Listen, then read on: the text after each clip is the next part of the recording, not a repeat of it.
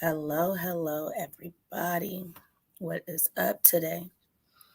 All right, so StreamYard has been really acting up. I thought I wasn't going to make it in here. I had to reset my whole computer. I don't know what's going on, but it keeps kicking me off. Hopefully, it doesn't. I have to put some more of my information back into here. I'm not going to be able to put it all in there because we need to get started. So let me go over to the comments real quick so I can read those off while I'm trying to pull up this last minute stuff. Hello, Michael. How are you? In the building, I see you. We have Jeanette in the building. Shay. All right. So let me keep pulling up some of this stuff so that way when we get some more people and it'll all be up.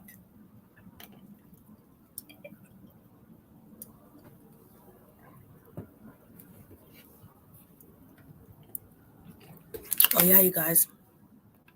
Layla has... What is going on with my camera? Oh my God, this is horrible. What's happening? Let's see. There we go. I was like, what's happening? I had a little piece of tape over it. So Layla is here and she has her page now. So I'll be putting that link in the chat. Not link, but I'll just put up her Instagram. She's not going to have like anything spectacular like a YouTube. I don't think she's ready for that yet. She has her little attitude sometimes. So I did want to give you guys an update on Melanie's situation. Let me see if I could pull that up. Let me see. Give me a second. Did I even log it in? Hold on. I don't think I put it in here, so forget that. But she, I'm not going to put her on blast, but she just haven't been feeling so well. And I told her, look, don't stress out to try to come on here and speak your truth or anything like that. Like, take care of your health first, because lucky she's alive. So I'm like, I don't want to put any extra stress on her. I just rather her recover, being that this is going to be something ongoing in her life from here forward. Well, not here forward, from then. So I told her, let's just talk tomorrow, see how she feels, because if she wants to tell you guys what was going on, she can. So, oh, Michael, you said you saw the picture on Instagram. Yeah, she has her own Instagram. Let me put it in here.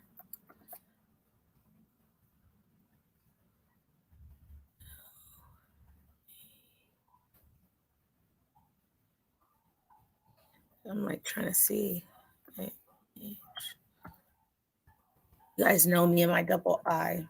So it's I am Layla Ali. You guys know why I gave her that name, right? She still does it. When I first got her, she kept doing this to me with her paws, and her paws are huge. So I don't know. I thought Layla would fit her because a lot of people were like, do not name her Diayu, which that means Black Jade, because I wanted to have a different name. And Diayu in Chinese is Black Jade, because Messiah said, name her Ebony. I'm like, everybody's dog name is Ebony. So I didn't name her that because some people are like, I don't like the way it sounds. So Layla is her name. So today I'm going to start off with this police video. And I was just going to only do the one situation, but I think just to open this up while people roll on in, there is a video of an officer responding to a dogs are barking call. I don't know how people complain about that. It's like, we cannot control the dogs, but anyway, they do. And you guys will see what happens. So I'm going to bring that up on here real quick for you guys. I got some new tea, so hopefully I'm not going to be too bad. It's actually in the microwave. I'll grab it in a second. I just want you guys to see this. Oh, I don't like when my StreamYard is way on the end. There we go. Add it to stream. Tell me what you guys think about this. I feel like it was a bit too much. So hold on, let me make sure it's not going to be an issue. Where is it at? Refresh. Yeah, everything went crazy. So here's the video. Let me put the sound on. Make sure you got, yep, you guys can see it. Let me know if you guys can, if you guys can't hear it, please let me know. A whole lot of controversy in our community. Shocking video tonight shows a police officer shooting and killing an 8-month-old family dog. The officer was responding to a call about dogs barking in the area. NBC 6 reporter Laura Rodriguez is on the Northwest Miami-Dade with reaction this evening. Laura. Well, the American bully was shot and killed right here by this sidewalk. And we do want to warn you, the video you're going to watch may be disturbing to some. The family is devastated. As you can see on the windshield of the car, there's a sign that says heartbroken. Panic and pain outside a Northwest Miami-Dade home after a family realizes their dog was shot and killed. According to the Miami Coalition Against Breed-Specific Legislation, officers responded to the home on Northwest 168th Terrace because of complaints about dogs barking. One of the residents and an officer have a conversation, and when the resident steps back inside the home, 2 dogs run out. Take a look at what happens next. Señor, agarre perro. Señor. Okay, so I know I am like so against what happened because if you look at the dog, you can tell by his body language. He's not being aggressive at all. You see his tail wagging. Even when he ran to the other officer, his tail is wagging. He's 8 months. He's a puppy. But he did say in Spanish, get your dog, sir, get your dog. So I still don't agree with this, but hey. Señora, agarre perro. Get your dog. Señora, get in the car, get in the car, get in the car,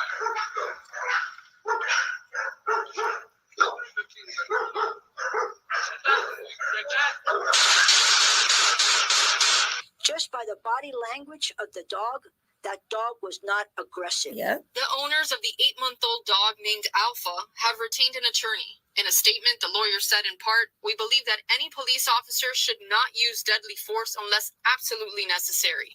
When the officer has other alternative non-deadly means available to him or her, those should be used first before pulling their weapon." 7 times is a bit of excessive force, I think. The dog was not an elephant, for God's sake. I'm sorry. I feel like 7 shots to the dog is completely, it doesn't even make sense. That dog was completely wagging its tail, even though we can't fully, hear the dog. I didn't hear it bark. I heard it's like, like that. So I don't think the dog was really trying to attack him at all. I think that whatever transpired before probably had already gotten him a bit upset. And that's probably why he did that. But guys, do you guys think that dog was being aggressive? Like, let me know, because I don't feel that at all. I'm gonna let it continue. I'm gonna actually go back to where you see the dog going to the guy in the street and coming back to the officer that shoots. I feel like he already had it in his mind, even though the dog, when he first came up to him, did not do anything to him. It was going to the other one, shaking its tail. He already was like, I'm going to shoot this dog. That's why he told her to get in the car, or whoever it is to get in the car. So let's back that up quite a bit. Right here. This is where okay. Let's do it from here. You guys let me know what you guys think. Señora, get in the car, get in the car, get in the car,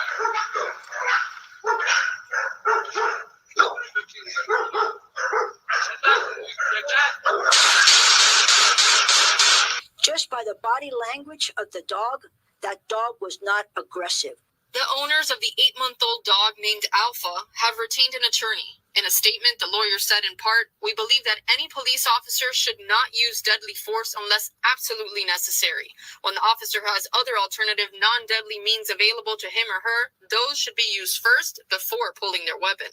7 times is a bit of excessive force, I think.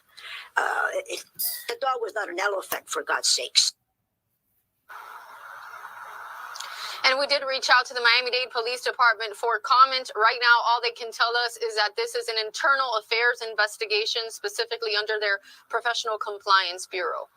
Reporting live in Northwest Miami-Dade, I'm Laura Rodriguez, NBC 6 News. Y'all,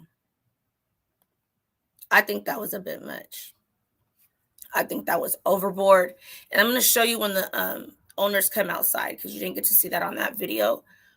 But, yo, I don't feel like it should be all of that. Hey, Talking with Tommy D, how are you? No aggression from the dog at all. Not even when he went up to him the first time. But he was, had his posture. He already pulled his gun. So the dog is kind of like backing up like, yo, I'm trying to say hi. You can tell when a dog, when that tail goes straight up and it's not wagging or anything like that, you may need to back up. I understand it's a pit bull, but I feel like, in my opinion, this officer is like, dang, this is my chance to use my gun, Because some officers can go their whole career without firing their weapon. I just don't understand it. I don't think it's being aggressive. No, yep. The way the dog was running to them, they got to be, and I don't know why the owner. Yes. Okay. So I'm trying to find the video, and they should have came inside, because you know what? The officer was talking to the owners. Okay. They went inside for something. The dogs came out when they opened their door. The dogs came out and they went inside to get whatever they're going to get. I believe they should have said, wait, let me get my dogs, put them back in the house, and then go get what they were going to get. Because that's the reason why they got out. So, yeah, I don't feel like the officer should have done that. But I don't know if this officer has had prior trauma or anything like that with dogs. I don't know. But they should have gotten their dogs when they went in the house to get whatever they're going to do. They should have grabbed their dogs. He kept saying, they didn't show that part. Get your dogs, get your dogs, get your dogs. They just went in, so I know they heard him. So I'm not going to be biased or anything. Hey, both sides have to take responsibility. So let me play that, and I'm going to also look into the what's it called? What is it called? Why can't I think of it right now? The comments. Hold on. Is this the one I wanted to play for you? Okay. Because you guys did not see the owners coming. So let me put this one on there for you guys. But they are suing, y'all. They're suing. I mean, I don't feel like the dog was doing much, but hey.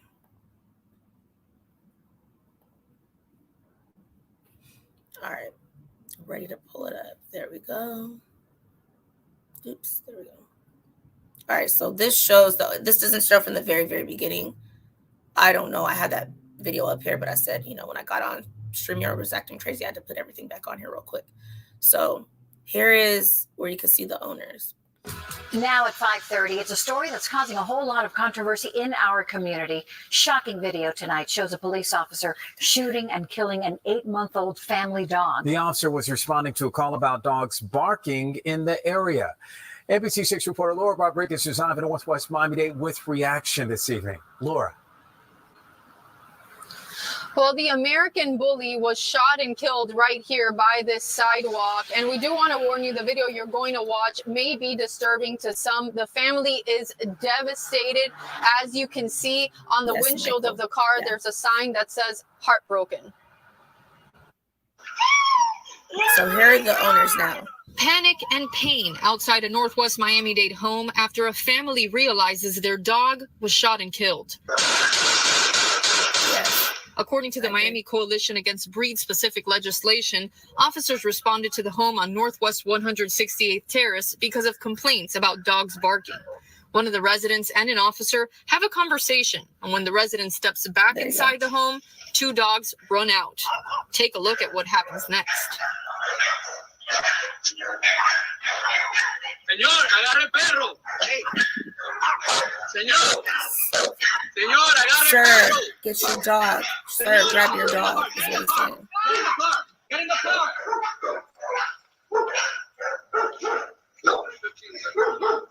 See, the dog is playful. The dog is so happy. Just by the body language of the dog, that dog was not aggressive. The owners of the 8-month-old dog named Alpha have retained an So you guys do see how the owners go in the house, let the dogs come out, and are like, oh my God. You know people are afraid of pit bulls. I mean, I feel like he shouldn't have shot that dog 7 times. The dog should have still been able to live. One time is enough.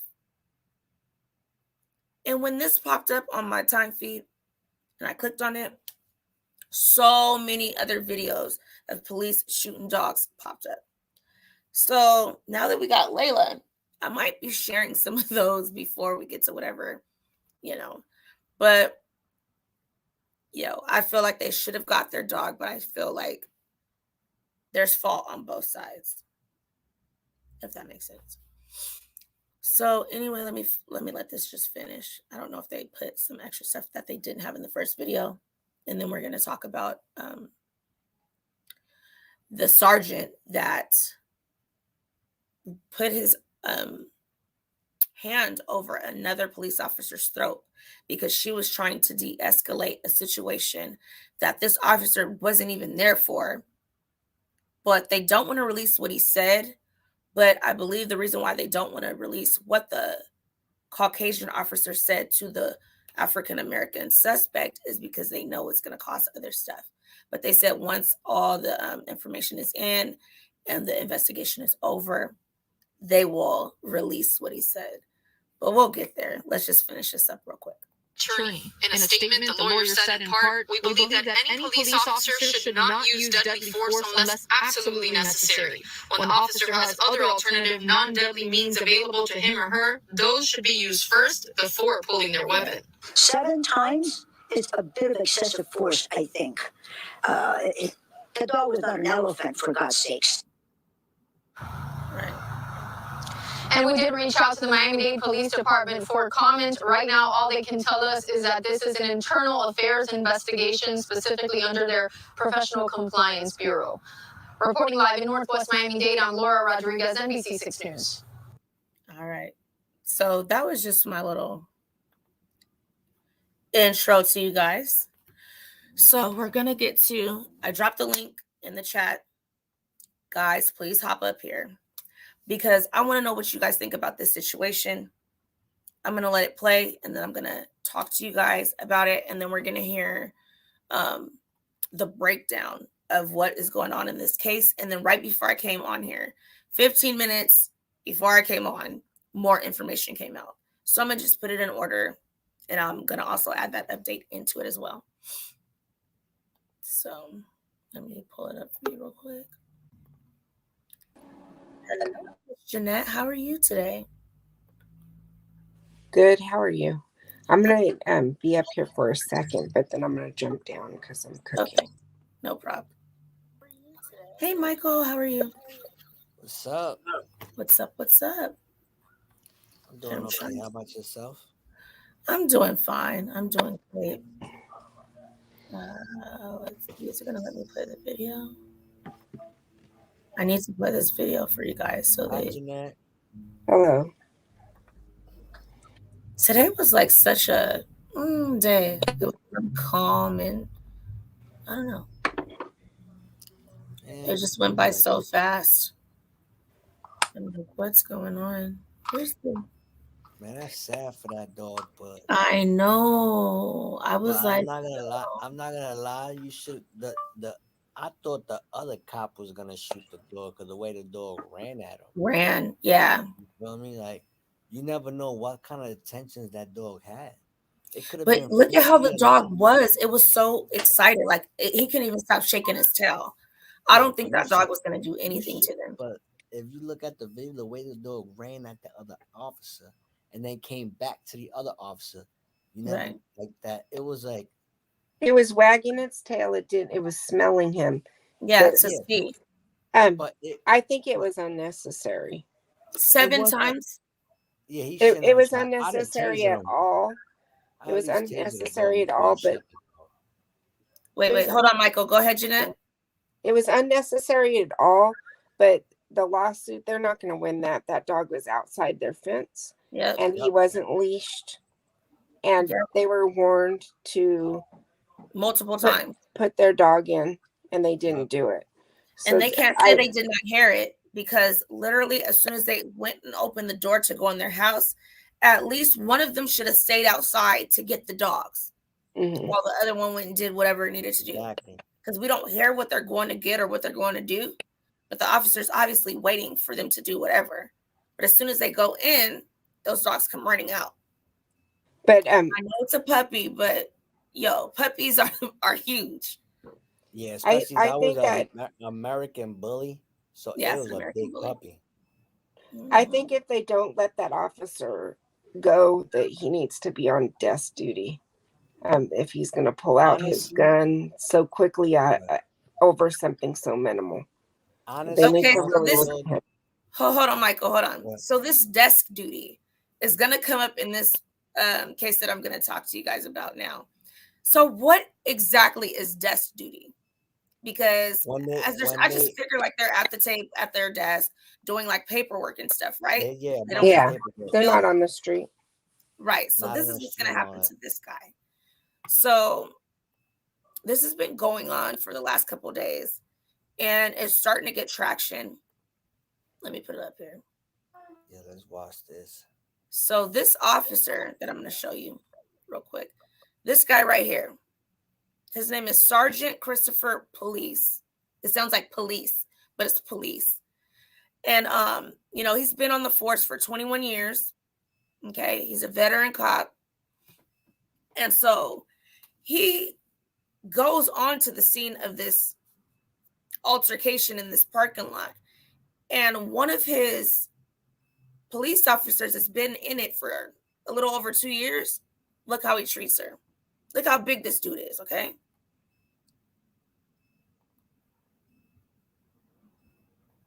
Sunrise Police released this body camera video to 7 Investigates after a tip led us to ask about a November 19th incident.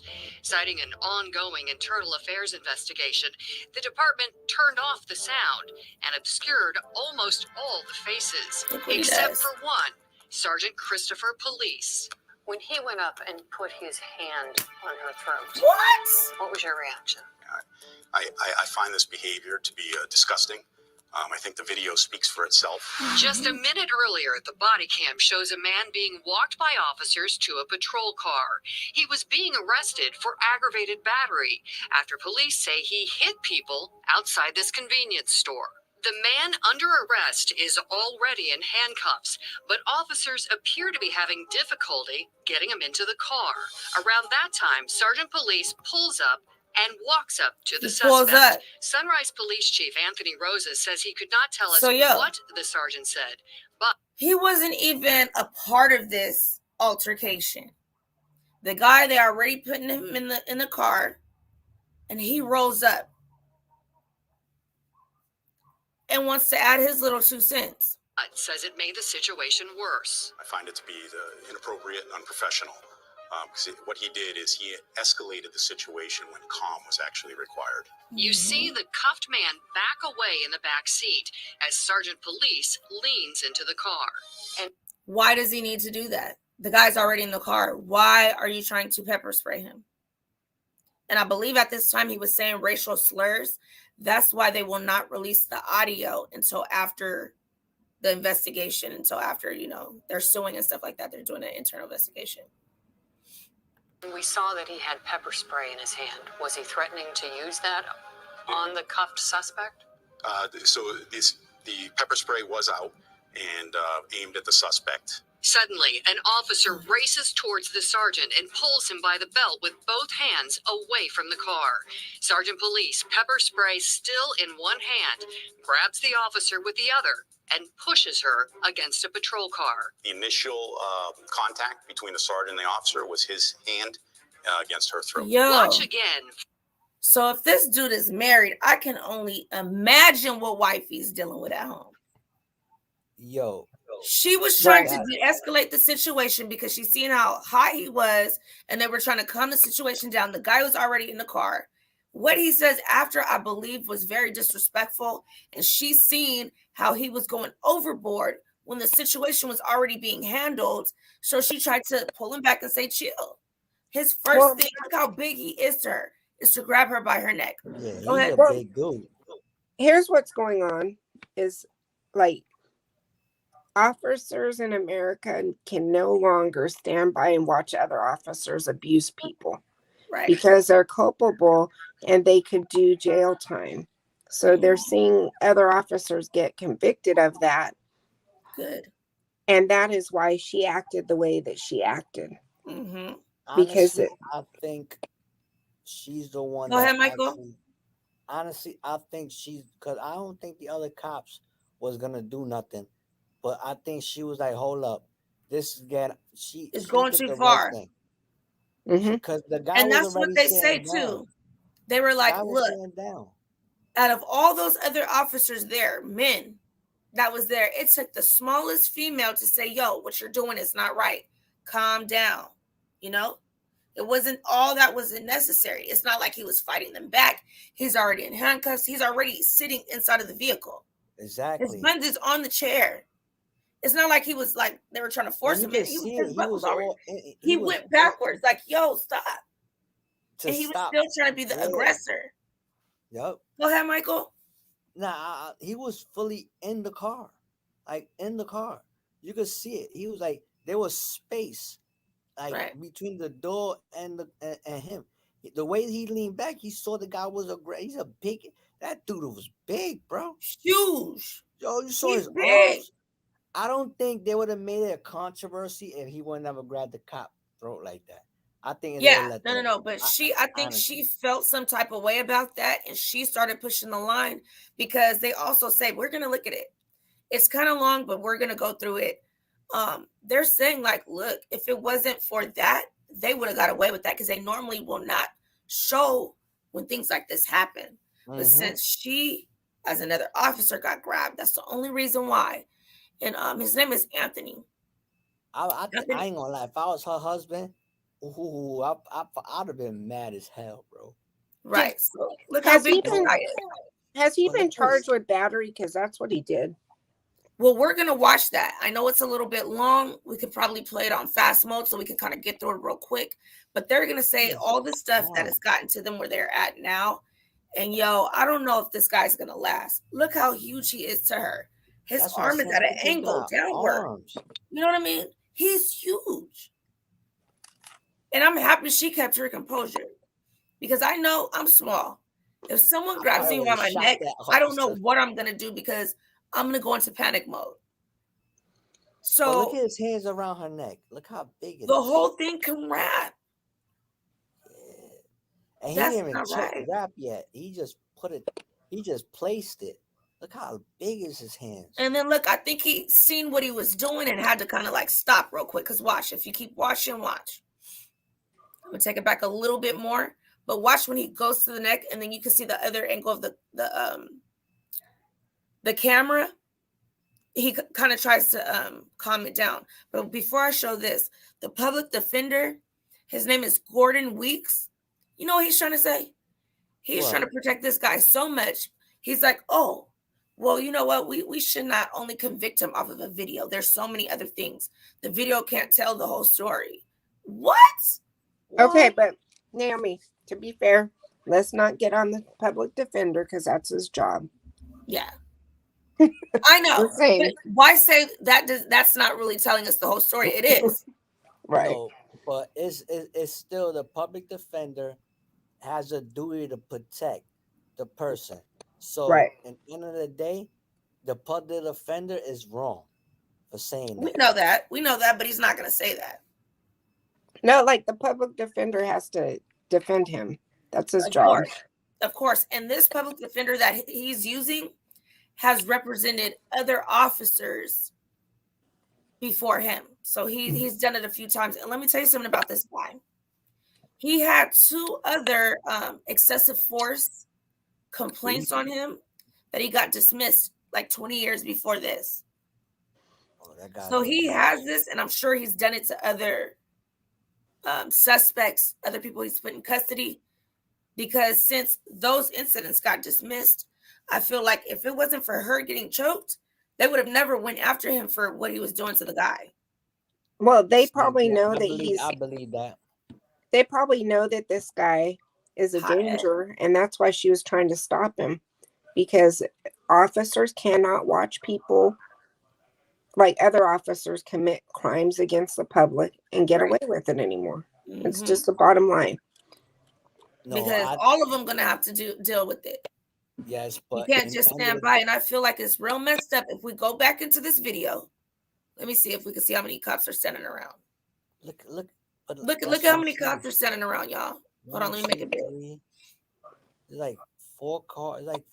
Sunrise Police Chief Anthony Rosas says he could not tell us what the sergeant said, but said aggravated battery at the convenience store. The man under arrest is already in difficulty getting him into the car. Around that time, Sergeant Pullease pulls up and walks up to the... How many people do we have out here? We got 1, 2, 3, 4. At least 4. Yeah, I say 4. 4, and then he's 5, okay? Why does he need to come aggressively like that? You can see how fast he get out the car and slam the door. He's already upset. He's hot. This, and the dude was you know tall. What word he wants to say. Need to get in the car and do what we tell him to do. And the black dude was tall. So that's why I think it was so difficult for him to get in. Because, being behind those cop cars, it's like so much space they give you. Like, no, I've been behind those a bunch of times. It's like, it's hard to get in them suckers. Like, it is. You see, look how he's swiveling in. Look how tall he is. Yeah. And he's getting in. And you see when he brings the pepper spray out, the guy is like trying to even move more. I think he wanted to just spray him so bad. That's why he got out already red. You can see how red he is. He's upset. This isn't the job for you anymore, sir. You can't even control your anger for something you weren't even a part of. He's a supervisor on this day. And he's acting this way. He came out of nowhere. Got out of his car and took actions. And she's only been in there like a little bit over 2 years. I was looking into her. I'm looking into him too. I was just like, you know what? So let's continue this. Suspect? So the pepper spray was out and aimed at the suspect. Suddenly, an officer races towards the sergeant and pulls him by the belt with both hands away from the car. Sergeant Pullease, pepper spray still in one hand, grabs the officer with the other and pushes her against a patrol car. The initial contact between the sergeant and the officer was his hand against her throat. Watch again from both camera angles. It's quick, but the sergeant's hand is at her neck before moving to her shoulder. You see the shoulder? Seconds later, he walks back to the car with the cuffed suspect, opens the door, and closes it before pointing at the officer and saying something. Chief Rosas says the young officer did the right thing. So I'm very proud of this police officer. She took some definitive action. I can only imagine what she must be feeling. I guess it paused. Sunrise Police released. So, with that, that's that. I think that the officer that's talking, it's like, what happened to you? Yes, he's doing a good thing, but what he been talking, if that officer, that's what I'm saying. I don't think they would have been saying nothing. They would have kept all that in the hush hush, and they would have. His intention was to beat that dude up, bro. Because the way he when he moved, and you could see it, he didn't take her hand. He didn't take his hand because he just placed it. He wasn't really choking him. She pushed his hand down. She pushed his hand down, and then he goes back, open the door, and then turns around because he says something else to him, and then he says something else to her. They don't want to release what he's saying, and you'll hear that from the from Anthony Rosa. B word. I think he said some racial slurs, and that's why they don't want to, because it's going to be very controversial. So I think that's why they don't want to say exactly what he said, but he says what he says to her. You know, he says what he says to the guy in the car, Then he does that to her, says something to her, goes back to the car, says something to him, slams the door, says something back to her, and then walk away. He's a hothead. Honestly, you could see it in him. Like, he probably taking steroids or some shit. I want to hear what he said. I don't know. Allegedly. Go ahead, Jeanette. I want to hear what he said because I know that they're gonna say she grabbed his belt first. Somebody hit that bot. Nah, they're not really on his side. No, I'm saying that the defense guy, that's what he's gonna say. Yeah. He's gonna pull all those parts. They're not even gonna release that. But there's multiple angles of this. That's why he doesn't want to only use that. But I mean, the camera ain't lying. You came rushed out of your car already ready for confrontation. Shay said, yep, he's done it before because he was too comfortable with grabbing her like that. Yeah, it was. Whoever his girlfriend, wife is, run, run. Nah, I'd run. Because he's too. Yay. All right. I'm at it again. I know you go to bed early. Yes, he's a big old bully. Yeah, he is. So this is quite long. I'm going to put it on fast. If you guys can't understand it, I will slow it down if they let me put it on fast. I don't know if they're going to let me. But this is the whole breakdown and what they want to do in this case. And a couple of people professionals are coming to explain, like, this is the case. You'll see. It's just breaking it all down. And then I'll show you the 15-minute, not 15-minute, but earlier, like, I think it's like 2 minutes of them updating from this breakdown. So let me pop it up. I thought it was already on the screen, but guess not. Breakdown search. Bam. Somebody hit that troll. I know these trolls, I don't even worry about them anymore because they don't really do anything. They just be in there acting crazy. There we go. So it's on the screen. Let me bring it to you guys largely. Uh-oh, I didn't press there we go. Body cam video in Willard Shepard's reporting that we brought to you just last week from the Sunrise Police Department. You might have seen it already. This video lots of you were clicking on it, over 550,000 views on the NBC6 YouTube page as just alone, not including on the Facebook page with over 3,000 views there. So let's show you the video that we're talking about. In this body cam video, you'll see Sunrise Police Sergeant Christopher Pullease, and his actions here is what's currently under fire. And there's an active investigation, internal investigation right now, where you see the sergeant put his hands on the throat of a fellow officer to de-escalate a situation. The body cam footage, it is shocking to watch, as you see here, and it is what we're talking about this afternoon. We're going to talk about the response from the Sunrise Police Chief, Anthony Rosa, as well, who released the video, not having to, in an effort to be more transparent with the community. Again, that Officer Pullease, he's been in an effort to be more transparent to the community. So you'll see that he is being transparent in a sense, but not completely. Relieved of responsibilities at this moment and the subject of an internal affairs. What'd you say, Michael? Now, what makes it look bad? He was what, a captain? He's a sergeant.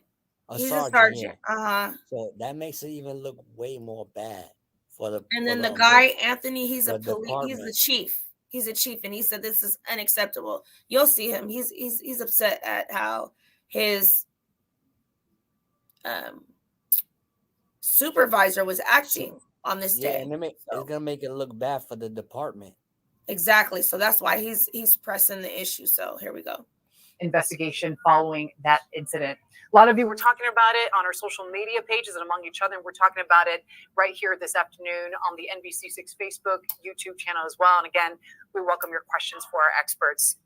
I want to begin by welcoming my colleague and friend, And I will be writing NBC6 down the first investigator 5 in the Willard chat. Shepard, who joins us live this afternoon. And Willard, you led this story. You brought it to us last week, right here on air and online as well.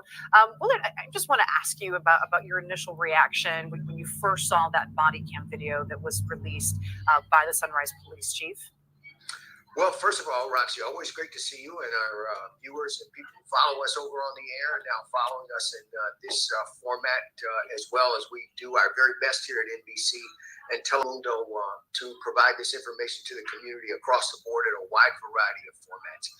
To this point, this video from law enforcement experts I've talked to, known throughout the years, and even some community leaders, extremely high marks in 2 regards. Number one, in the fact that we are seeing this video at all. The Florida statute and the way the law is set up, and although it stops me and stops our colleagues here at NBC6 from doing our jobs to the best of our ability because we can't show you certain things, but the Florida statute under the 119 statute, that allows when an investigation is... Mind you, both of the incidents we're talking about today is in Florida. Just saying. Underway, a police and law enforcement investigation. As long as that is underway, all of this information does not have to be released. And that includes videos like these. So the first thing is that the police chief in Sunrise, Anthony Rosa, did not have to release this video. As long as this internal affairs investigation is underway, it's, quote, not what we call public record that we can, of course, show you here on NBC6. That is the first thing, that we saw the video in the first place, that he made the decision that the public should know about this. They should see exactly what is going on. The second thing with this video is, and I want to put this in context, what was going on here before this? The Sunrise police officers were called to a small store. A man had been in the store and actually started fighting and beating multiple people at the store. So he was arrested for a violent felony. He was placed in the back of the police car. And at that point, he had already been handcuffed. There were some verbal exchanges, as you can imagine, when officers arrest someone. Most people are upset about being arrested. There were some things that were said back and forth. And the report indicates that this sergeant walked over, took out a can of pepper spray that he has in his belt, and approached the vehicle. At that juncture, a female officer who's only been on the force 2 years, and the sergeant that was on the scene, who's a 21-year veteran, she stepped up and actually grabbed him by the belt, the back of his belt, and started walking him away from the police vehicle, where this now defendant was being held in the back of the car.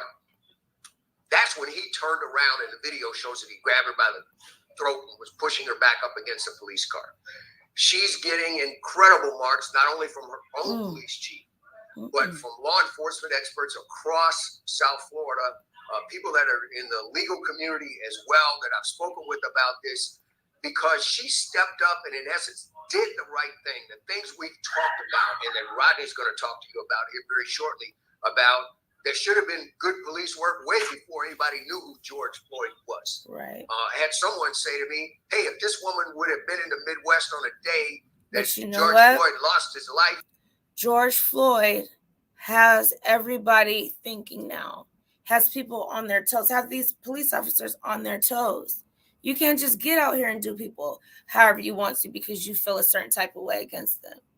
Do your job, do it professionally, and take your behind home safely. That's all they need to do. I don't get it. Well, and one thing is that was her supervisor. Right. So in the past, what would have happened? She would have no job. No. Yep. Out of here. Yep. And that's why even some of the officers in the George Floyd situation say they didn't step up because there's somebody higher ranked than them that they don't question. Yep. They have to question it now because it could send them to prison. Yep. I feel like. Yeah, you perfectly Go said. ahead, Michael. Nah, perfectly said. I'm not gonna lie, but yeah, perfectly. Well, I was gonna say something, but then it's like, you know what? It would never make sense anyway. So she had to. She had all rights to do what she had to do for. And well, yeah, that's what I want to say. I If just they felt said, like it was very cowardly for the but men if that they said already the had dog was him good, and putting him in the car, he for was him already to in just be able custody. to hold on, Michael. The guys that already had him, putting him in the car. She was standing on the edge. She wasn't doing that. They already had him in the car. But for that sergeant to be able to come and move them out of the way and then start trying to manhandle the man, Yeah. that shows something about them. Mm-hmm. She had to They step wasn't in, real men. small as she is, and say, hey, calm it down, chill. We're trying to de-escalate this. You're trying to escalate it. But why they saying this guy was really beating everybody up? What's the camera footage of him beating everybody up? Hopefully it comes out. I haven't been able to find it because I'm like, okay, I'm looking up the store. You guys know I'm nosy. But Looking up the store and everything, trying to find out what really happened there. But regardless of what happened first, they had him in the car contained. The only thing they needed to do was shut that door. Exactly. His There's foot enough wasn't sticking space. out the door. He wasn't preventing them from shutting the door. Right. So there was He no was cowering in there. He's like, yo, he was trying to get away from the guy. right. Yeah. So there was no reason to escalate force at all. None. None at all. Honestly, a person that was going crazy and ate doodle on everybody in the store, you think he wouldn't have been going crazy on those officers, like cursing and doing all sorts of stuff on the officers when they detained him? Right. I think it was just a one fight deal. He calmed. He got detained, calmed down, got in the car, and all the rest should never been. It was unnecessary. Very unnecessary. Because you could see there was more cop cars pulling up too at the scene. Right. And it was like she was standing on the side. There was another cop, you see, he wasn't even doing nothing. And there was one cop putting him in the car. So it was basically he was a threat. already detained. He was already under control. There's no reason for him to hop out and amp it all up. He wasn't a threat. Right. All right, we're gonna hear this because it's quite long, so I'm trying to like get through it. He would have lost his life because she intervened. Yep. And that's why this has been so important to see that the kinds of things and police reforms that we've talked about actually happening in this particular case did make a difference. And it's something that the community should embrace. And when the time comes, I certainly want to sit and talk with this officer about her doing this because this would, in essence, Roxy, you and I going up to the president of NBC and saying, hey, man, we can't put that on television. Okay? She was outranked, seniority leadership, and she said, no, that's not the right thing to do. And she actually did it. Yep. So kudos to her. And that's why this has been so important for people to actually see. And she received the kudos from the Sunrise police chief as well. Let's go ahead and show that full screen. We're just showing you parts here of the statement here from Sunrise Police Chief Anthony Sosa, who said the actions of our officer involved in this incident are exemplary of the professionalism the personnel of the Sunrise Police Department regularly display while honorably serving the public in a profession that is all too often difficult and dangerous. Willard, as you said, there were two reactions here. There was the reaction that the veteran, that the sergeant had against the defendant who was in the police car. You could see in that video and in handcuffs. And you can even see the defendant kind of inch back when that sergeant came at him. That's the video that you're watching here. But the moment that you're watching here on this body cam video is his reaction to that officer who had been in the service for 2 years. All right, and I just want to give some context. This is what I was just talking about. The image of the defendant in the handcuffs and in the police car. See, look, his feet are inside. Now about the police chief. Let's go ahead and put up the full screen of the. Do you see his feet inside? See all that space he had? His feet is inside. He's arrested and he's okay to be transported. They just had to close the door. So yeah, but like you, if you go back a little bit, Naomi, you see there's only one cop putting him in the car. The other cops ain't Police doing Chief that. Anthony Sosa, who said the actions of our officer involved in this incident are exemplary of the professionalism the personnel of the Sunrise Police Department regularly display while honorably serving the public in a profession that is all too often difficult and dangerous. Willard, as you said, there were two reactions here. There was the reaction that the veteran, that the sergeant had against the defendant who was in the police car. You could see in that video, and in handcuffs. And you can even see the defendant kind of inch back when that sergeant came at him. That's the video that you're. Wait, what did she say? Hold on. What did she say? Lost his life. Let me hear what she because said. She intervened, and that's why this has been so important to see. That the kinds of things and police reforms that we've talked about actually happening in this particular case did make a difference.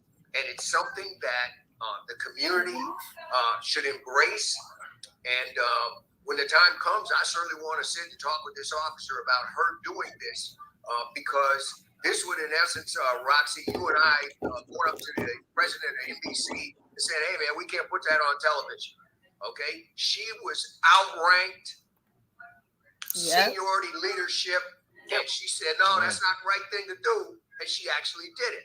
Yep. So kudos to her, and that's why this has been so important for people to actually see. And she received the kudos from the Sunrise Police Chief as well. Let's go ahead and show that full screen.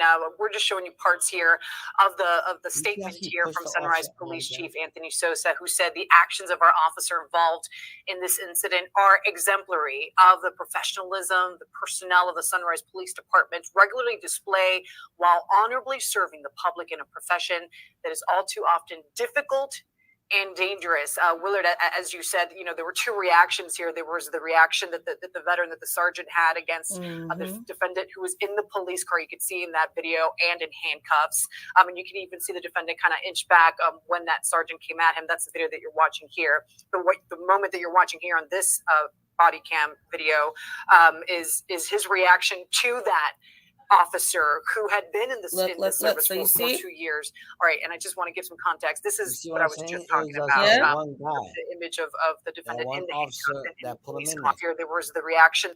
If you guys want to see this full out, it's going to be on www.nbcmiami.com, and you can just see it without all the pauses. But we're giving our commentary, and we're kind of going through it just to see what's really going on in this situation and why it should never have happened, really.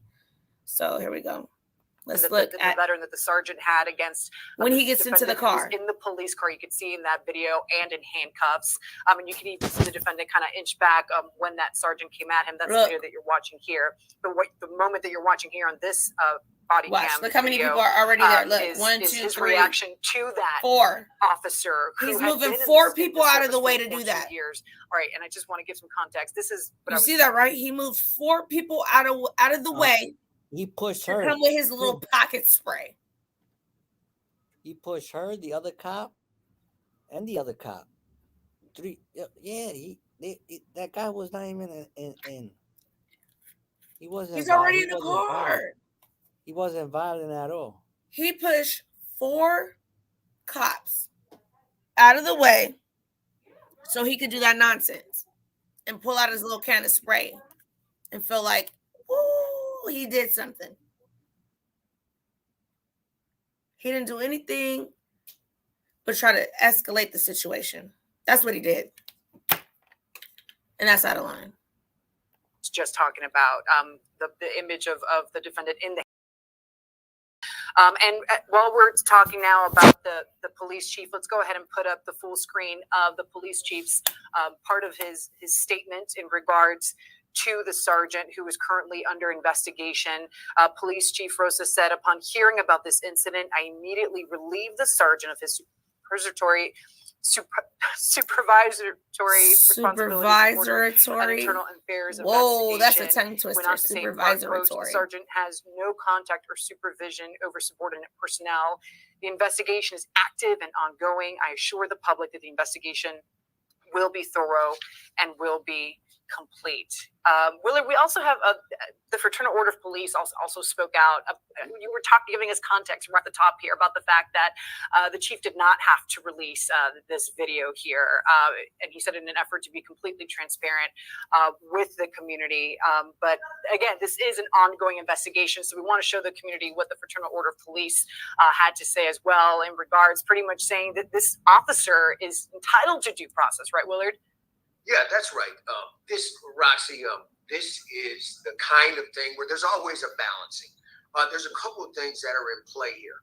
First of all, this officer has, as a member of the union there's specific union regulations and guidelines that the city of Sunrise and any jurisdiction here in South Florida has to follow when it comes to one of these union contracts. And that means that the officer has those basic employment rights that he just, can't be fired immediately, can't be kicked out of his job. He gets a hearing, he gets all of those types of things. Now, of course, outside of that, he also has a legal due process in court where if he feels necessary to go outside of, generally there's arbitration in those types of contracts between city employees and their employer that requires some mediation, requires some arbitration, but he also has general legal rights where he can go to court if they feel like they take certain actions against him that are unfair. Now, the reason I talked about this Florida law and the way it's set up and the confidentiality and that can't be released, which is frustrating to us, but understandable under many conditions.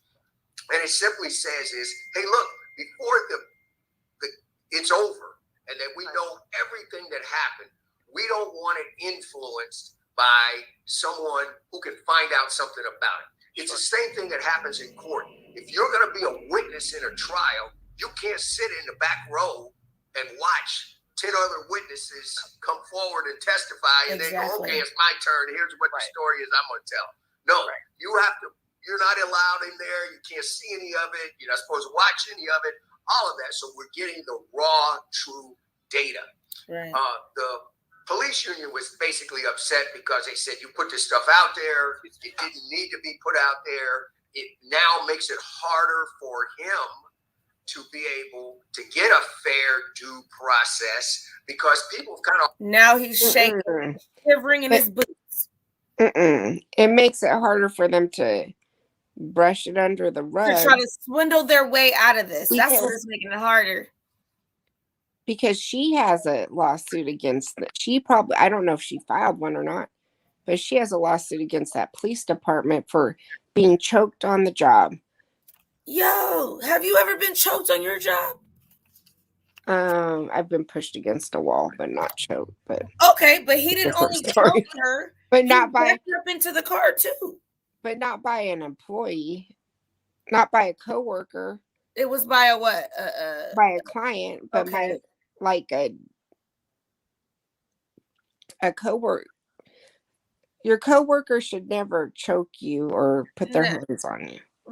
They're supposed to have your back. Right. I'm sorry, even if you are my superior. No. You're not supposed to be wrapping your hand around my throat and backing me up into a car. I know we're not on the same level and you have more experience than me, decades more. But that doesn't mean you grab a young lady new to this trying to say, yo, you're doing too much, calm down.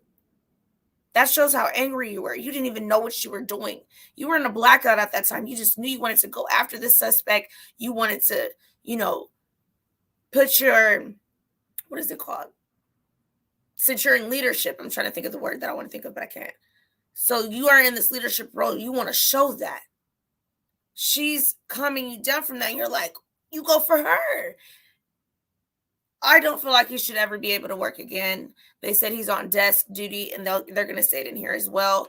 But I don't think he should even be in any type of authoritative position at all.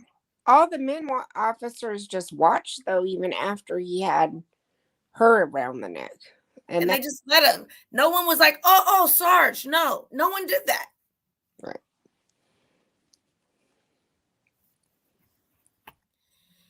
I want to call them a name, but I'm gonna be nice, so I'm gonna just not say it. But you know, some people call cats this sometimes, but I'll digress and I'll just continue. Already made up their minds about him. People that may have seen this, when he goes out on the road again, if he does, in the city of Sunrise, and they go, hey, that's the guy, that's the sergeant that grabbed a lady by the throat. So therefore, it can have an impact upon him and the police union doing its job, thinking unfairly toward his due process rights. But that's why these situations are so difficult, because the police chief also has to balance making sure that the public knows that the city's doing its job and they're not going to allow bad policing. And that's why we've seen this video released. But that's also why the union is coming forward saying, hey, look, it's not over yet, man. You know, you didn't have to wait. You know what I think? I think if they wouldn't have shown us, I think if she wasn't pressing the issue, they would have swept it under the carpet and just been like, whatever. But I think since she's like, yo, something has to be done. That's why they're like, okay, well, let's get this out there, because we know if we don't put it out there, she'll put it out there. And, you know, it'll be able to fall back on them. So I think they're only doing this to try to be on top of the ball. That's the only reason I think they're doing it. It does definitely swept out in the rug. It definitely shows that we know there's bad officers out there, but it definitely does show that there are good officers out there. Exactly. Non-racist. We got both in this situation. He shouldn't be a sergeant at all. I don't know if it's, you know, he's been in the job for so long, you know, he's quite old and irritable. Nah, we need to have somebody able to deal with high pressure situations. And this wasn't even high pressure. So imagine if it was. Well, somebody would have got shot. And not just that, I don't understand, like, when you like deploy pepper spray, it just doesn't go to where you're spraying it. It goes everywhere. So everybody standing around that car would have been at risk for that, getting that pepper spray all over in their eyes. You don't care. He was just trying to get to, he was upset. I know how that feeling is, man. He was hot. He heard all this stuff coming over the radio and he was just fuming. When he got there, he couldn't even park his car right. He like, whoa, he just want to get out. He's like he jumped out of a moving car. Right. He was ready to be there. He was ready to kick some butt. He was ready to slam him on the ground, kick him in the face, stomp his head in the concrete, and be like, "Oh, I thought he had a gun." Shut up! They'll still say that even when the person is handcuffed. I think you're right, Naomi. If it'll turned out the other way, I ain't gonna lie. I think he'd have deployed. Yeah, he would have. I ain't want to say it the other way, but he'd have deployed. They would have. He would have. He definitely would have. Cause you see the way he came out, he had an aggressive motive already. When he was storming out. Like he was storming in the living room because you got hella kids and they in the living room acting crazy. You gotta like storm out, be like, hey, stop it. Like he was hot right then and there. He was hot, yeah. He was like, I gotta get this off right now. I'm hot. Jeez. Ugh. He had a bad day with his wife or something. Something happened. He ain't getting no, you know. He ain't get a they took the last donut, you know. Something was going on. All right, let me continue this. Let's go. We're like a third of the way through. Rights are the way the statute's set up. The chief didn't have to waive it and do it. But we're in a new day, Roxy, and that's a good thing that police departments want to be more transparent. And when they have the opportunity to do so, this is an example of them doing that.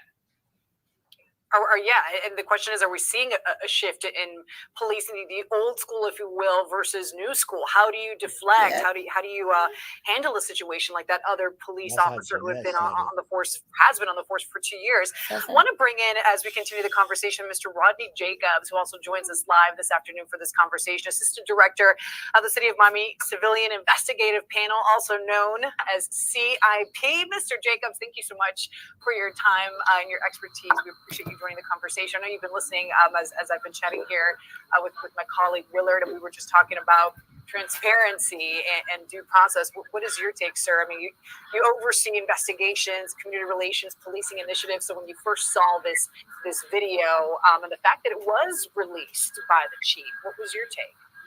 Yeah, I think Willard is spot on with his take as well, that not only do you want to preserve the officer's due process, but you also want to ensure that people are being held accountable for actions of misconduct.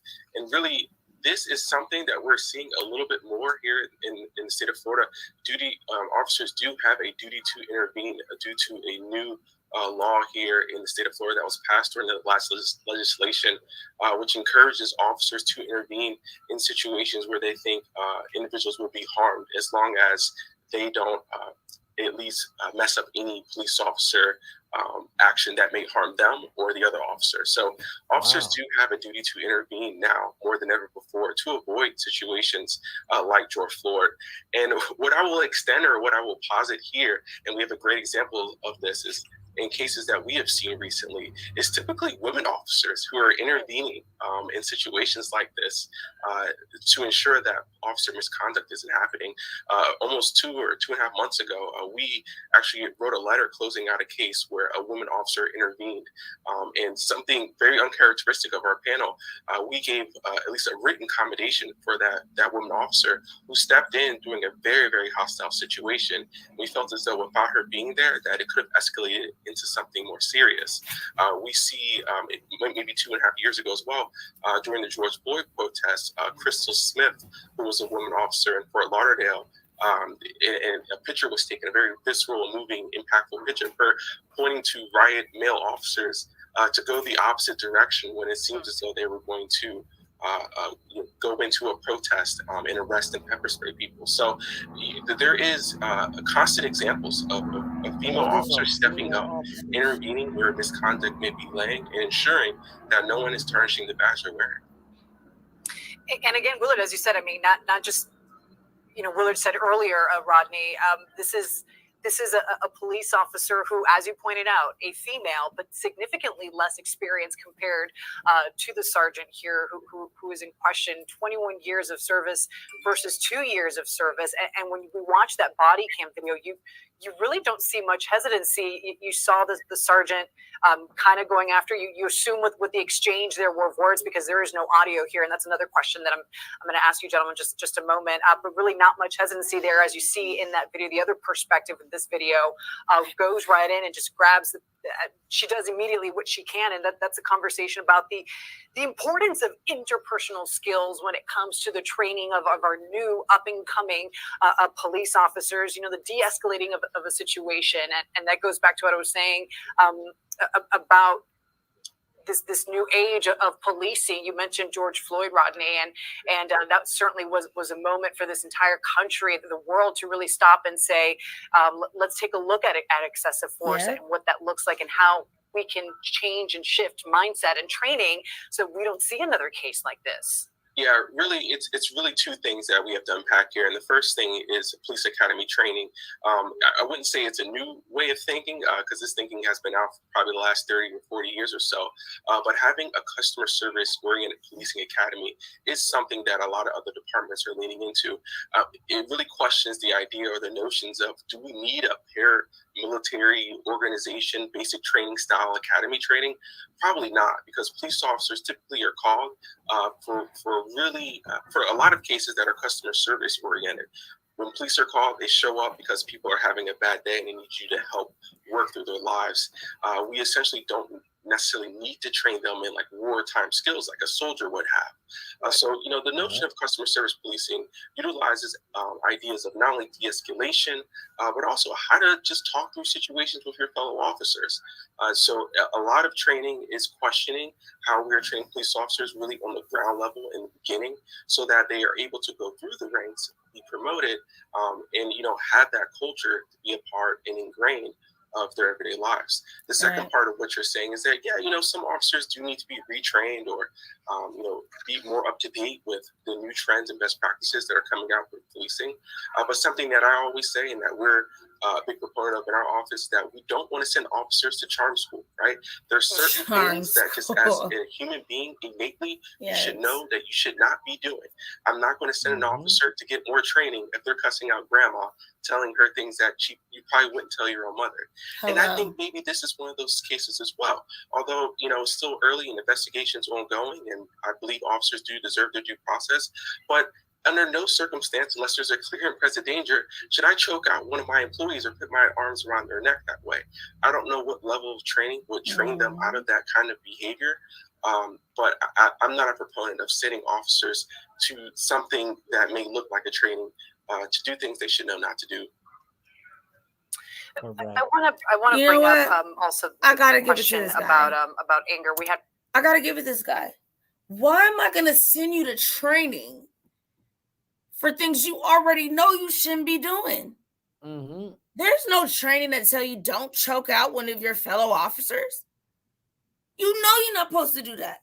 Why am I send you through some BS school, whatever classes, to teach you something you already know is not right? She said you already know it's not. That's a good one.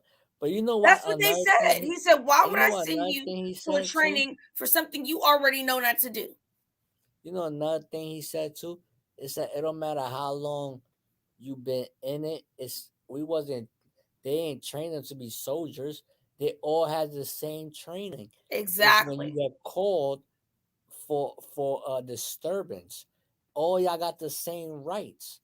Like it don't matter. He just been in the force a little longer than her. No, but you know what? They get that complex about him. Well, I've been here this long, and I this, and that, and they just want to do whatever they want to do. Go ahead, Jeanette. I think for a long time though, like in law enforcement, there's been a preference for soldiers. Yeah. So they come in with that training, and then they have the training that they get on top of that. But like some of them do come in with problems. Like those regular officers are on the SWAT team. Let her finish. The regular officers are on the SWAT team. Oh, okay. Yeah. They just put on a different uniform. Oh, okay. Yeah. Because I know a guy in Kentucky, he was training officers like militaries, but I was like for SWAT team. I ain't know regular officers and SWAT team is the same thing. I thought it was two different things. Yeah, the officers on the street, they can be on the SWAT team. Okay. And when they're called out, they suit up for the SWAT team. And you know what I like about this debate right here? You got a Spanish guy, a black guy, and a Caucasian person. Yeah, I like that. We're getting views from all around. That's the good thing about Florida. Even though they have a lot of the crimes, Florida and Texas, I do most of my cases on Florida and Texas. Like, it seems like those two states are just turned up for no reason. You guys are in beautiful parts of the states. Why is all this going on? I don't know, but let's go. Let's continue. Had one of those questions from our viewers that was posted, because you just mentioned that part there where you shouldn't be putting your hands on a colleague unless, as you said, there's clear and present danger. So let's bring up one of the comments here from one of our viewers who was specifically talking about anger. And Susie writes, quote, "I'm curious to hear what he was saying to her. All unacceptable," she says. "Definitely an anger issue and should be investigated." That's from Susie Perez Lozada, one of our viewers there who commented on our Facebook page. Yeah, I think I personally don't necessarily need to know what was said. I'd imagine whatever was said wouldn't really take away the level of culpability you can see in their actions. But I think usually, obviously, with body-worn camera, there isn't any mute function unless the officer decides to mute their camera because of something that will infringe on their investigation that's ongoing at that moment, or it's in some sort of like protected area of the recording. Usually that's in the first 15 seconds of the recording. So although the audio would, give us more context to the situation, I don't really think it would add anything additionally to some of the things that we're seeing here on the film. Well, what about? I want to ask you about that, because one of our viewers also asked the same question. they were mentioning, they'd be curious to hear what was being said. The fact that the audio was stripped there from the audio from the body cam video, said. Okay, well, the first thing about this is, and obviously I wasn't. We're gonna hear an excuse right now, guys. Prepare for the excuse because we should be able to hear, if we're seeing the video, what was said. Trying to protect that man. Inside the room with the city attorney from the city of Sunrise when this initially happened with the police chief. But they're doing what they can, as we saw there, to try to protect the identity of this female officer. They want to make sure that at this juncture, nobody knows who she is. I presume that her name was used along in there, that there were other things that were taking place, there that they need. Shay, you just received an Amber Alert. I'm so happy that the couple Amber Alerts that I was, sent and started posting about, not too much longer later, the children were found. I hope we keep this up, but Shay, let me know what you're talking about so I can put it out. Thank you. Needed to protect the investigation, but primarily for that, to do that. In the larger picture, in terms of the anger management, and those types of things that you talked about, and cutting through the chase, Rodney and I are both military. Oh, yeah. And make sure you guys look at the banner at the bottom. Make sure you guys go follow our pets, our family pet, Layla, and just show her some love. She's going to be posting at least once a day. All right, let's go. And so we always think and know that, hey, look, the responsibility of having a set of weapons, no matter what those are, in your hand as military officers or as a police officer is a huge responsibility. And we want those people to have the ability to go through all steps possible to de-escalate a situation, to not use force, especially lethal force. Those are the people who you want carrying badges and captain in the Army Reserve and guard like Rodney is now.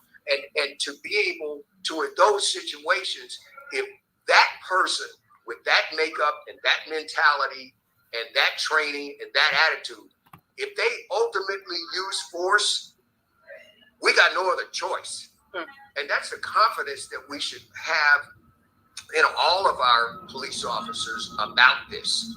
So when you see this type of thing happen, obviously, when I looked at it, and other police officers have looked at it, and Rodney looked at it, if this person did this to another officer, your question is, and there was a case that Captain Fernandez-Rundle is prosecuting in the city of Opelika, where an officer 2 weeks ago was charged with battery because he shot another police officer with a taser.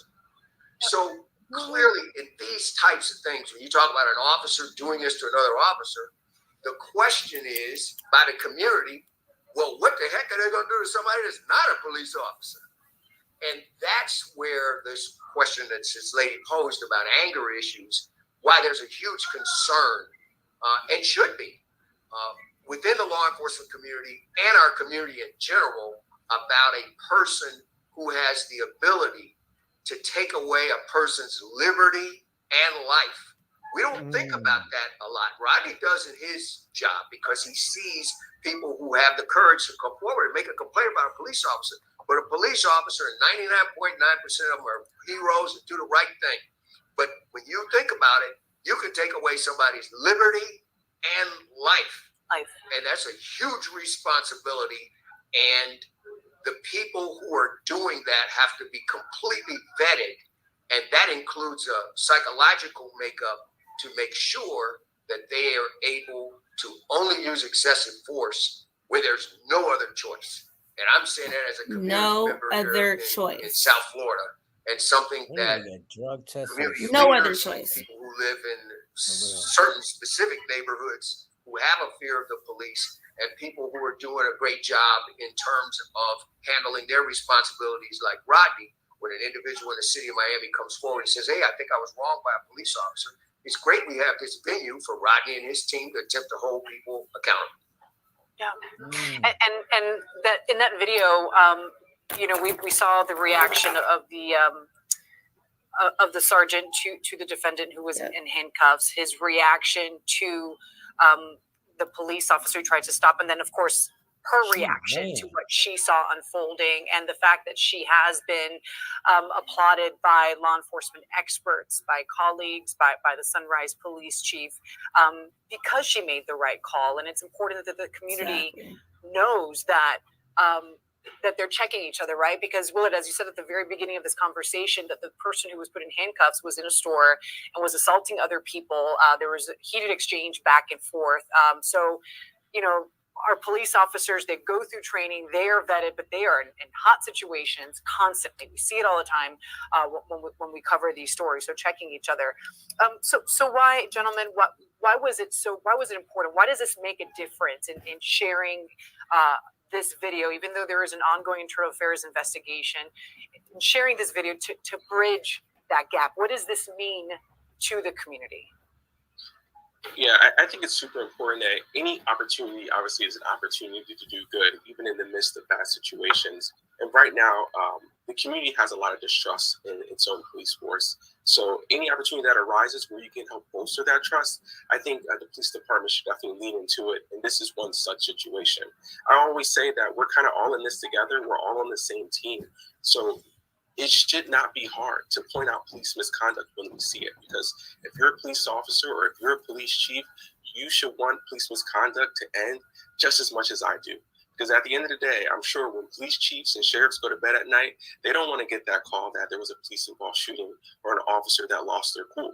So it's really incumbent upon all of us to get on the same page and to find bad apples before they commit bad actions. Because understanding that is a proactive approach where we can kind of lean into it to stop these issues before they happen. That is probably one of the only few ways to build community trust, is to be open, to be transparent when you have bad information, to get out ahead of it, to explain it to the community, and to give them a level of confidence to ensure that it won't happen again going forward. But I think in times where where police departments aren't being transparent about the information, aren't releasing it, it gives them the feeling that they're hiding something. And that feeling doesn't really promote trust. It promotes resentment, hatred in some situations. So I think it's really incumbent upon police departments, and we're seeing it a little bit more now. And obviously the team in Sunrise decided to take this approach where they're leaning out and saying, hey, this isn't acceptable. It will not be tolerated. We're going to investigate it, but we're going to ensure it doesn't happen again. And it starts with that level of transparency, and then after that, accountability. Hey, Roxy, I want to add on what Rodney has laid the foundation of there. This is so important. And I want people to also understand that police officers, they want to make sure that they don't have anybody stepping out of line amongst their ranks. In my line of military service, hey, man, we go over the border, man, and they give us bad intel, and that's the wrong building we're going to drop a bomb on. No, man, you're not going to drop a bomb on that building. We're going to turn around and go back. In Rodney's world now, his soldiers end up capturing some people that were shooting at them. Hey, man, they're shooting at us. But he's going to make sure that their Geneva rights are followed and they're treated fairly and receive humane treatment. The people that step out of line, whether it's in the military service or in police service like this, police officers want to do all they can to make sure that officers who step out of line are held accountable, because it makes their job more difficult for all of them. It's just like any. Hey guys, if you guys can just go ahead right now, because I don't want you to forget, go to Instagram and subscribe to little Layla, because she has her own page now. This is going to be our pets, all of us, so you guys can watch her little journey as she grows to be a little beast. Huh, Mamash? You can make money off Layla on Instagram. Why?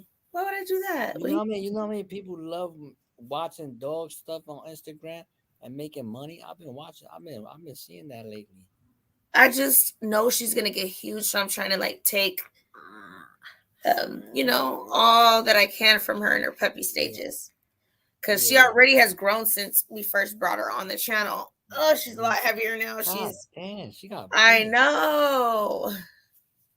She's huge. So she's what, 3 months now? November 10th, December 10th. No. November 10th. She was born December 10th. January 10th, 2 months. So she will, on the next month on the 10th, she'll be 3 months. But she's huge, yo. Like, from when I got her, I was able to fit her into my Dolce & Gabbana purse. It's like a regular, like, not a satchel, but like a regular handbag. She would just chill in there and go into with the stores. I cannot even put her in there, and that was last week. We need a dog stroller now. I'm not about to be pushing around no dog stroller. That's ridiculous. She's not a kid. She just has to get her jacket, her little vest, but I think it's going to take a little bit of time for her to get her vest. That way she can go in stores and stuff with me. But yeah, so if you guys have not already, press that subscribe and that notification bell and go ahead and follow Layla right there on the screen. I'm following her right now. Hold up. All right, y'all, let's continue. Anything else? If somebody writes something that's untrue and a journalist did something, Roxy, you've been in the street with us. What do they call? It's fake news. Yep. So therefore, they have that duty as well. And I think that law enforcement, especially in this particular case, has come forward and said they're so glad that they have seen this action that this woman took and what the police chief and the city of Sunrise chose to do in this particular situation. And it can be an example for other cities to actually follow and do the right thing. And I think it also shows somewhat, I'll just call it what it is, a breakdown of what we've been seeing is the blue wall. Well, no, that didn't happen here. I mean, I can't tell you. I really can't tell you. And I don't know, Rodney, if you can emphasize more, I can. That lady, to basically tell the person who way outranks her and all of that and go, hey, man, we're not going to tolerate this. What the heck are you doing?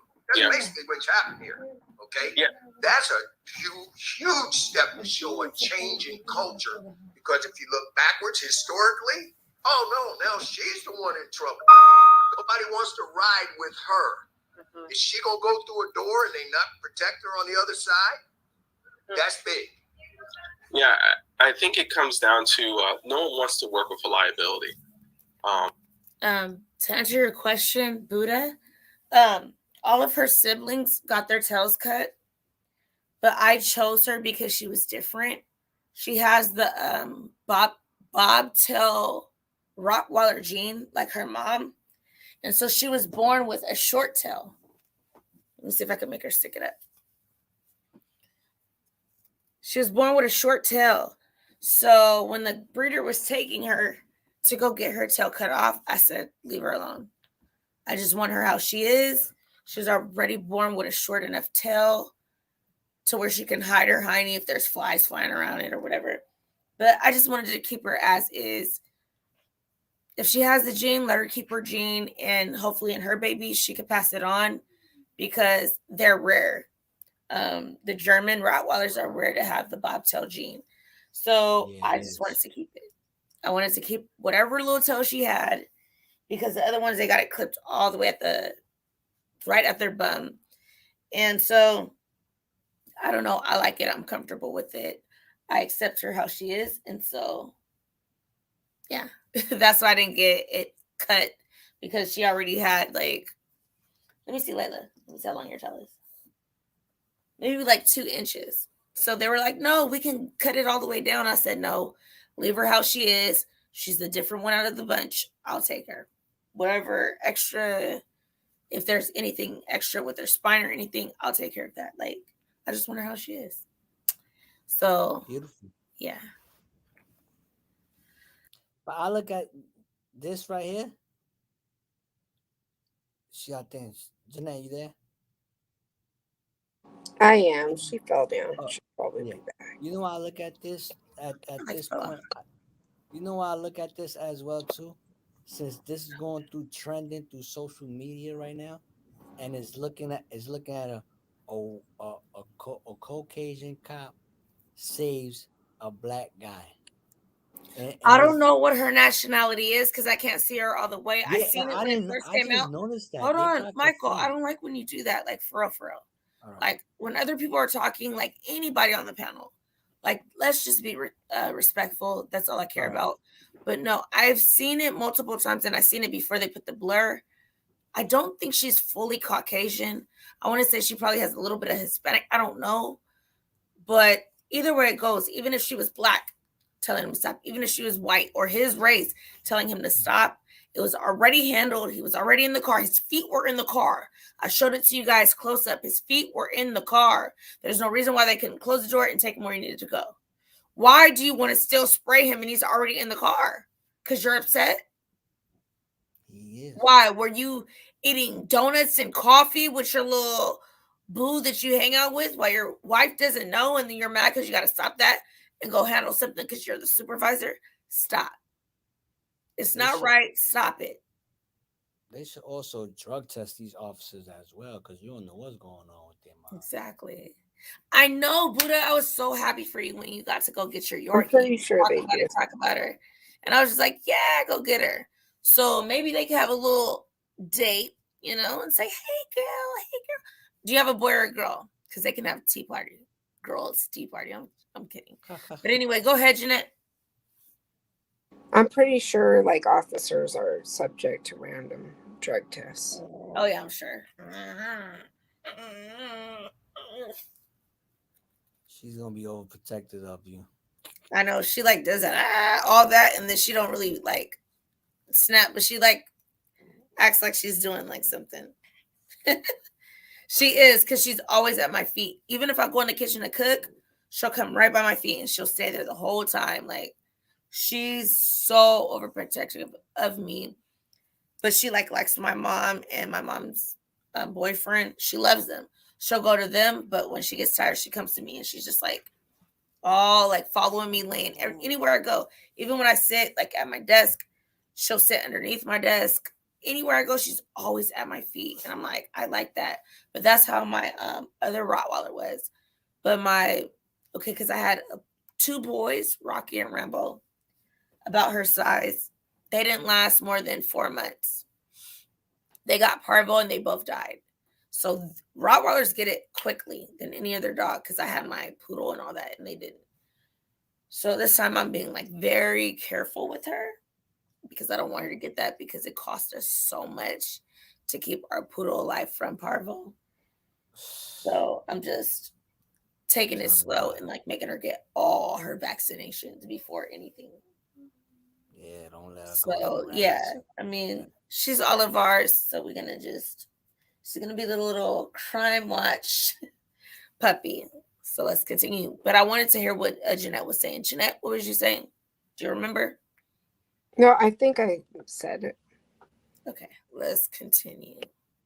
I don't think we have a lot left. Oh, no, we don't got the whole thing left. We don't have a half. We're over a half, so let's go. I think right now what we're seeing is that individuals that are liabilities that will put you in a situation where it may not only cost you your job, but potentially... I pressed the wrong thing. Sorry, y'all. Land you in jail. It's just not being tolerated. And, Willard, you alluded to it as well. In military service, there's definitely a different philosophy that if we have a bad apple in our platoons or in our companies, you're not deploying with us because we're going to go downrange and something bad is going to happen. And now we're getting court-martialed, right? So no one wants that liability. And I often talk to, city managers and police chiefs, and I tell them any resemblance of a strong, resilient, sustainable city has a police department that has low settlements and they have low liabilities. So in order to have a strong city, you need a police department that's encouraging policing that has the community at its forefront. Yeah, Thank you, I mean, Shay. you're Thank talking you, about Shay. is Guys, one of the most click on dangerous that jobs. link. Not only protecting the community and keeping the community safe, but keep. Everyone, click on that link. Follow Layla. If you might get in trouble, because I had one of my subscribers say, hey, I want to follow you on Instagram because I've sent you cash apps and I want to be a part of it, but I can't let my wife know that I'm following you. So I'm like, okay, follow her. She's your other option. So follow Layla, and then you don't have to follow my Instagram. But as long as you're following both of my pages, my Twitter, and either her or my Instagram, you're good. So you don't have to get in trouble. I get it. All right, here we go. Block that bot. Keeping each other safe. When you're talking about, you said the other side of the wall, Willard. I mean, you painted a picture in saying that. So, that really hits home.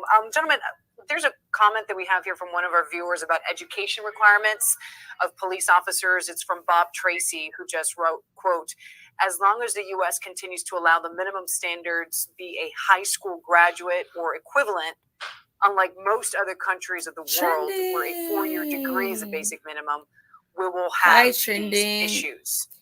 That's So a real comment quick, from y'all. one of our viewers watching this live stream right now, Bob Tracy. Your response. Well, let me show some love to the content creators that are in the building that also show me love. Here is Trending Live. We also have Buddha in the building. We also have, let me show you, Preach in the building. Please follow. Let's see, other content creators that I do love because they do help out. News and Shenanigans. I'm telling you, I'm more on the serious parts of the news, but if you go follow News and Shenanigans, she'll give you that plus laughs, giggles on celebrity, drama, all of that. So she got you on that part. And then let's see, there's one more I wanted to introduce you guys to. Where is she? Oh, yeah. Oh, he's biting my life out of my hands. Ow. Okay. Tommy D, go ahead and follow him. And I'm going to show you, ouch, at it again. So make sure you guys follow them. At it again, like she has no niche, but she is very entertaining all around the clock. Like she doesn't need a niche. Like she has her own personality of herself. Go ahead and follow her. All right, so we're going to get back to... Just like that, at it again media? Exactly. Space it exactly like that. At it again media. All right. She does so many things. She does like mukbang. She does food cooking reviews. She does, her showing her equipment she used for her channel.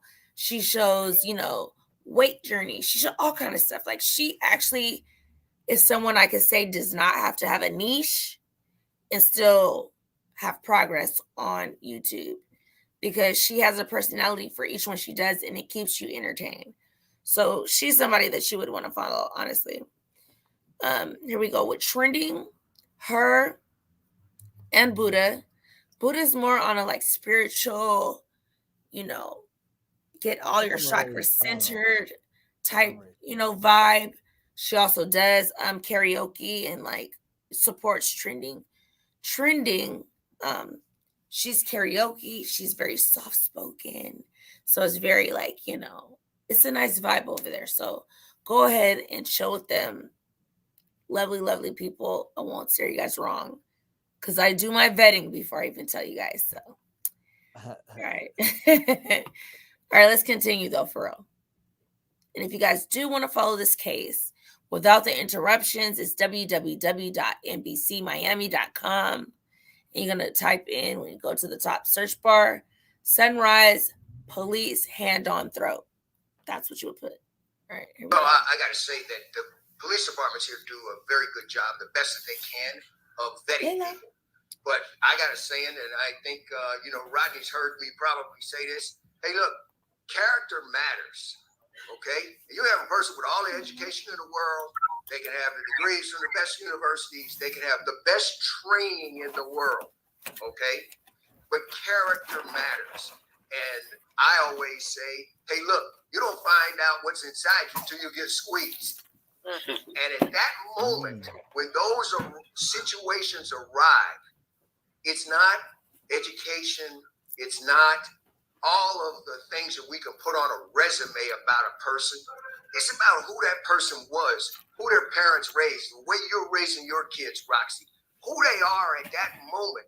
When that moment arrives, do they rise to that occasion, are they to succumb to the worst in our community? And so at the end of the day, while it's great to have the most qualified people and all of that, when those kinds of moments come up, I can guarantee you that officer didn't think about what was on her resume that day, where she went to high school, all of those other kinds of things. She did the right thing because that was the right thing to do. And it says who she is. And as long as those people carry a badge, then our communities are going to always be better.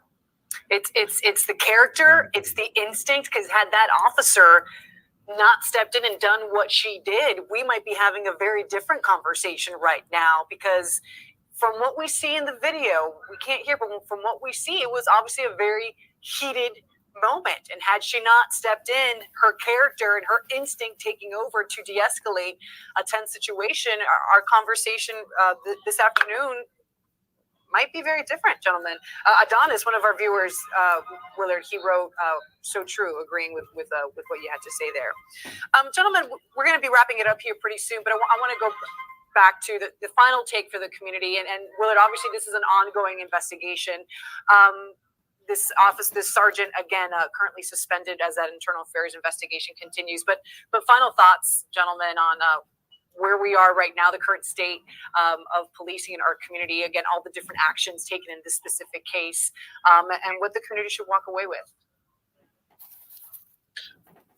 Yeah, absolutely. I'll start. Yep. I think we're having a moment, right? And I often talk about this in areas where civilian oversight is needed. Typically, when change happens for institutional organizations like policing, we need a moment to really spark people's interest to say we need something else. We need something different. And I've been a proponent of what that difference looks like involves everyone to have a seat at the table so we can have those discussions. I like to think that civilian oversight, the work that we do, serves as a vehicle to take us from A to B, because not only do we understand policing from a different perspective, but we also have the data points to say this works and this does not. So right now, I think in America, we're looking at policing to say, hey, that doesn't look like safety. I think Willard and Roxy, if I were to pitch you both in a room and I said, unprompted, what is safety to you? I'm sure you guys would say, hey, maybe, my dog looking me in my face, or putting my baby to bed at night, or just making sure I have food on my table. You'll probably go over a list of things before you say, oh yeah, and the ability to call 911, right? So safety in America looks fundamentally different than policing in America. And right now we're asking ourselves those pivotal and counterintuitive questions to determine what safety looks like in our community, but also to lead with a lens of public health. There's so much in our policing right now that doesn't have healthcare in it. And really bad policing, and even good policing, is a matter of good health. Good health for our cities, good health for our officers, good health for the individuals that they are policing with. So until we ask ourselves, until we really put reform efforts in place that champion public health, that champion safety, we really will just keep spinning ourselves in this circle over and over again. But I think right now we have a moment to do that introspection and to ensure that we make the necessary changes so that bit by bit, we reform our police departments so that it ensures that it keeps working for the communities in which they serve. Yeah. And Roxy, we need to also expand this. We've had our conversation about the policing element of it, but really in the larger regard, hey, when people have contact with the police, generally something's gone wrong already, something's bad already. And that our communities and our jurisdictions, when we talk about funding education, when we talk about funding healthcare, when we talk about funding housing, all of those kinds of things, the police are generally called the people who have incidents that ultimately are the end result of the lack of one of those other types of things. That's how they have contact with the police in the first place. So therefore, this needs to also always be a wider discussion about what can we do so that drug rehab, proper health care, proper job placement, all those kinds of things. You rarely have a person that has those elements to their life that has any contact with the police department. And that's in a bigger regard what we can do as a community in South Florida to make sure that people don't need the police in the first place. Yeah. And therefore, when we do need the police, then it's much more limited in scope. And when there is a police officer that is arrived, it can be highlighted much more quickly and the action taken necessary so that the community is protected. Yeah, if I could get a quick alibi to what Willard is saying, you know, I often say as well that everything starts and ends with policing in America, and it's just the way that we have been developed as a Western civilization with our own military-industrial complexes. But what Willard is really saying too is what we call in the public health field social detriments of health. And what this points to is that the different things that erode our health, whether it's poor housing, whether it's poor food quality, and because of those things, they add different stressors on us. And those stressors potentially lead us to different lives, and those lives involve, sadly, the police force at times. But typically when you talk to members of executive level policing, they'll tell you that we cannot police away all of our problems. It may not be necessary for police to go to every call to service, although that's what we do because police are the most well-funded entities in our government. So usually if you get the most money, you get the most calls to service. But we really have to ask ourselves, is that necessary to combat social detriments to health, and is this really giving us the goals that we're looking to achieve? Yeah, it's a cry really coming from the core of the community, and meeting the community there, and being there, and that. Willard and Rodney, that is a conversation that certainly continues. Obviously, our local and our state officials, you know, try to figure out putting the pieces of that puzzle together. You know, there is law and order, but there is also heart, and there is character, and there is true passion in enforcing those rules, but in seeing each other and being there for each other. And then you throw in a pandemic, right? The uncertainty of this pandemic. You know, here we are 2 years into it. Still so many unanswered questions, and you have parts of our community that are, you know, haven't really been able to get access in some cases to vaccines or N95 masks. We've been talking about that, and that constantly trying to meet that need. Our local and state officials trying to get there, and that's just from that health aspect. But this is an important conversation, gentlemen, and one that certainly continues. Again, any final thoughts before we wrap this up? I mean, I have one final thought for you, Roxy, and I've because we've been dealing with this. I bet you, in terms of the larger perspective of what we're telling you, that man that was in the backseat of the car, that's the defendant in this, I bet you if we went back and looked at his life, we're going to find shortcomings in a whole list of areas that we addressed as to why the police say he was beating people up at the store in the first place. And none of this would have happened had they not been called to this scene because of that. You know, Willard, you know, I do work with forever families and children who are in the foster care system. That's just in the conversations that I've had with these kids who, at no fault of their own, have fallen through the cracks of broken homes of the system. They're going from foster care home to group home with their belongings in a bag. And I say all the time when I speak with you know, local leaders or celebrities who come into town, or state officials, local officials, you know, I say all the time, when young kids, when you go back to the roots and to the basics of their upbringing, when they turn to someone, whom they turn to makes all the difference in the courage, in the character, and in the makeup and in the build of that person. If they turn to the wrong person, that's when you start to see the poor choices that are made. It's not bad people, it's just poor choices out of a lack of turning to the right person, because the right person just wasn't there. So in meeting with these children, as I have on a personal basis, just looking at me and saying, I see you, and telling that person that you are important, that child, you are important, you are loved. But then they're still going from group home to group home at no fault of their own. What is the future for a child like that? So as you said, Willard, you go back and you look at the past and you wonder what was the foundation of that defendant that was on the back of that police car. Why was he acting out violently in that store against other people at no fault of their own? You know, getting back to the root and to the basis and to the heart of the community. I'll add this as my last word, and it's a culmination of what you both said. We just need to care a little bit more here in America, just a little bit more for not only for ourselves, but for our neighbors. There's such a lack of empathy right now in our current communication and in what we see. That if we just poured into each other a little bit more, it would make the difference. If we just cared a little bit more about, the broken street sign or the road that wasn't on my block or that maybe is in Willard's community or the schools in your community.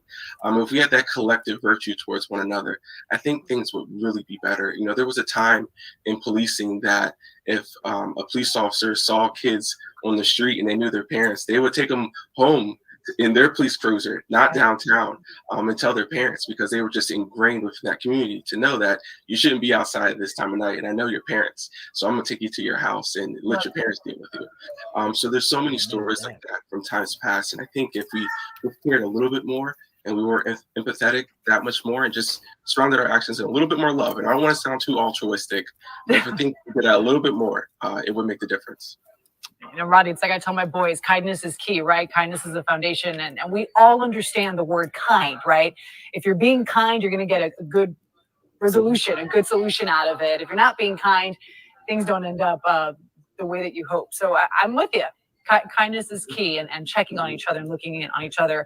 Gentlemen, I so appreciate this conversation, both of your time and your expertise. I thank you both so much. Rodney Jacobs, Assistant Director, City of Miami Civilian Investigative Panel, known as CIP. Thanks for your time, your expertise, and everything you do for your community. NBC6 investigator Willard Shepard, colleague and friend, and thank you so much for lending your expertise and your insight this afternoon as well. And gentlemen, I'll thank you both for your service to this country as well. And certainly, thank you for your time. An important conversation that continues here on NBC6. Rodney, good to see you. Good to see you guys too. Take care. All right, guys, thank you so much. And of course, want to thank all of our viewers here watching on air. For watching us on air, right, on NBC6. But in this case, thank you for watching us here across our digital platforms on the NBC6 Facebook and YouTube channel. We invite you to continue the conversation, comment below. We'll try to do our best to get to those answers as well. But we are always looking for answers here and trying to get them to you around the clock, keeping our community safe, engaged, and informed. I'm Roxanne Vargas. Thanks for your time this afternoon. Take care of each other. Come on, in the middle. Right here in the middle. I got a good point on all that.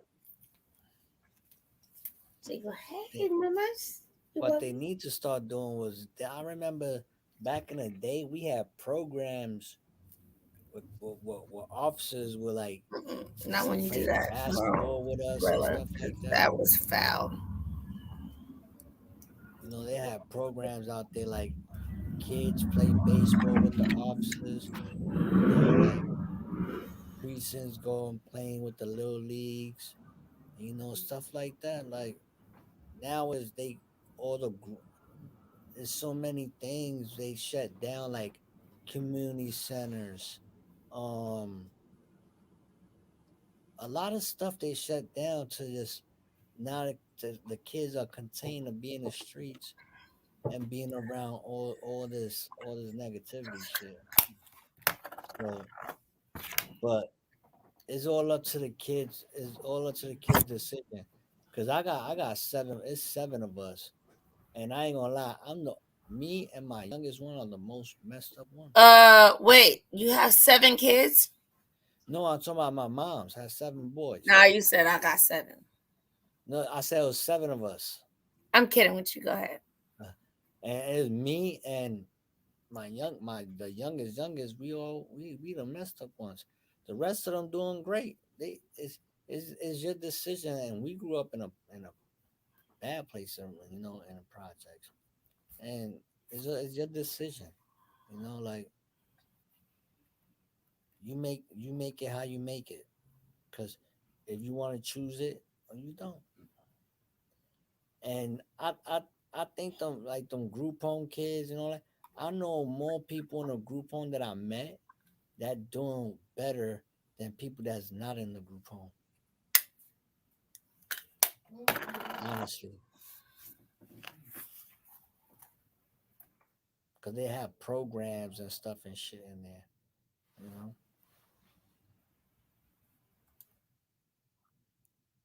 But that's my decision. That's my take on that stuff, that type. But the cop situation, the police should do more stuff with their community and stuff like that, and it show the community like they think. Because nowadays, kids like remember when you used to ask what you want to be when you grow up? I want to be a cop or a firefighter. Now you ask a kid what you want to be when you grow up? A rapper, basketball player. Ain't no cop or firefighter is coming in no harm's way. None of that. They don't even want to be. People are scared to call police now. They thinking that they call police, they're gonna get hurt. So I don't know. It's the time of age, man. It's crazy, huh? What you think about it?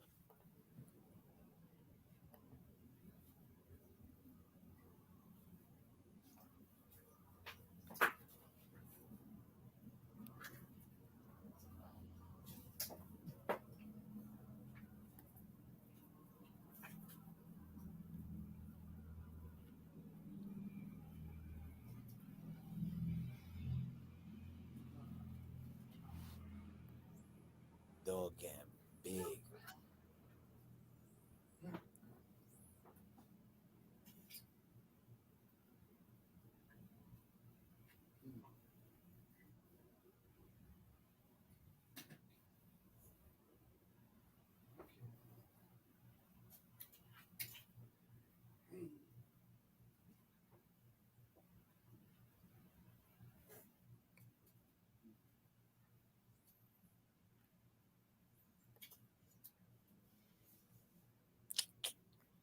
I'm in the building.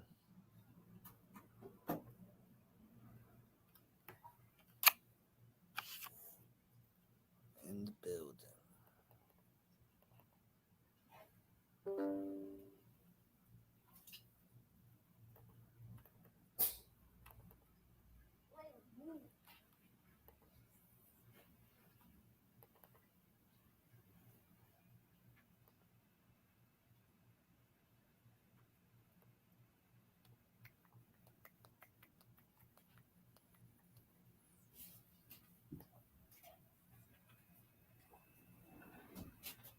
I'm the only one here talking. The homies in the chat. Get them on. I'll get a pick of them all today. Get them on. I can hear.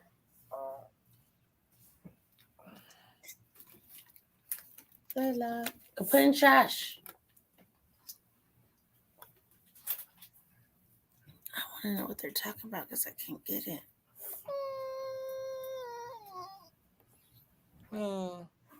She's whining.